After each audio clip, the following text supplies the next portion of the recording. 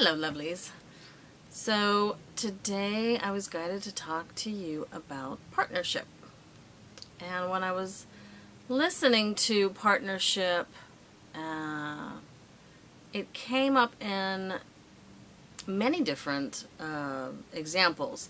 Partnership with someone in your life, partnership on a personal level, right? And then partnership in business, partnership with spirit, partnership with yourself and your intuition, partnership with your children or your animals.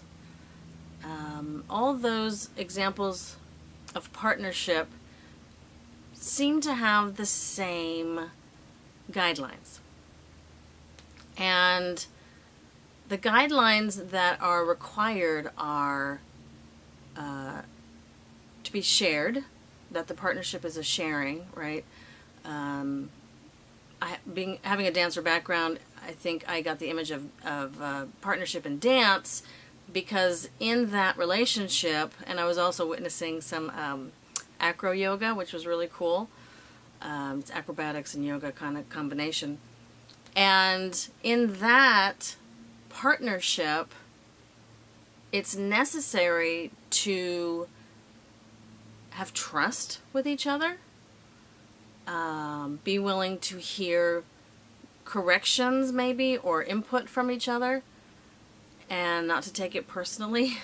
Also not to do it with an intent to harm, regardless of the degree of that honesty. And within that trust, there is also the observation of reliance, and how much are you allowing yourself to rely on your partner? At the same time, how much are you relying on them to have their role be played out? So in observation of yourself within a partnership, are you clear on what that partnership is, the intent of that partnership? Are we within the partnership, are we being trustworthy as well as allowing ourselves to trust? It's really a balance, and that's why I think the dance image came in, because there is somebody who leads at one point, but there's also a receiver. And when you're talking about a partnership of physical trust, it's both, and it does weave in and out of one person being a little bit more dominant in that lead, and then it changes. And that's, it seems to be a requirement to be able to allow that to happen, to have a healthy relationship of trust. And there are times when allowing yourself to be led or allowing yourself to trust someone else can be difficult and scary, because we may have scar tissue or history around it. And the suggestion is that you really make an effort at separating this current partnership with any past partnerships. So for partnerships to grow and change, each piece of that partner has to grow and change as well. And there are times when a partnership contract is up. There isn't necessarily a knowing of when that is. That may be that the contract of that partnership is up after a certain project, or after a certain level of growth, or after death. It can go either way. And so the ask within partnerships is that you really allow yourself to extend yourself within that relationship, so you're giving your honest self within that relationship. If you are constantly withholding because of your own fears, because of old scar tissue memories, etc., you're really not giving the relationship a fair chance. right? The other thing in partnership is, are you asking the other person to change to your image of what they should look like, what they should be able to do, what they should act like, etc., right? Because that is not an honest partnership. And if you're honest with yourself about it, that's really unfair to the person that you're with, right?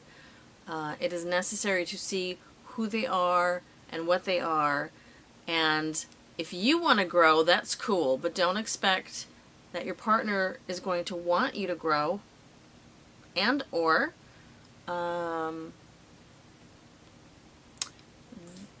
there will be a point in time where the growth is so vast that it really causes a problem. And so partnerships are, they're intricate, they can be complicated, and yet, at the same time, simplicity of partnership still holds true. There are still certain requirements of simplicity that are really fairly fail-safe. It feels like, and what I've observed and what I'm being told is, it just feels like we complicate things because of emotions or whatever, that just don't have to be there. So, if you are looking for a partnership, make sure you're very clear as to what kind of partner you want. And you can write it down, etc. And really envision that, and keep it really clear in your mind. And if you're in a partnership, check and see what your part is, and are you really upholding that?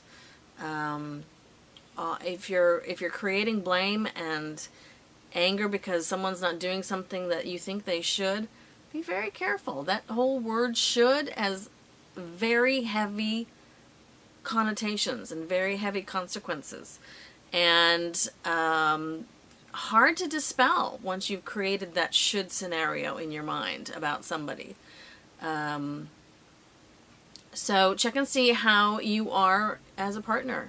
You can look at different relationships and see if you're really upholding what you wanted to be a partner, how you wanted to be a partner, and if not, what changed, and work to get that back.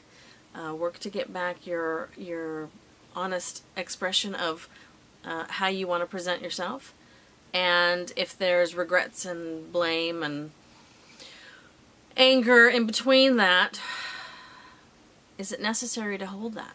Is it necessary? Many times no. Many times no. And our interpretations of those scenarios will keep us from engaging in the partnership in a truer way. So I wish you much encouragement. I really do want for you, for us, for all of us, to continually get empowerment about self-acknowledgement, self-observation. It's really the great way to grow. I thrive on growth. I thrive on attempting to constantly upgrade myself. Not always easy, but who says it has to be easy? Who says it has to be hard, though, too, right? Never really interested in making it hard. That's why I like to have simpler reasonings for things.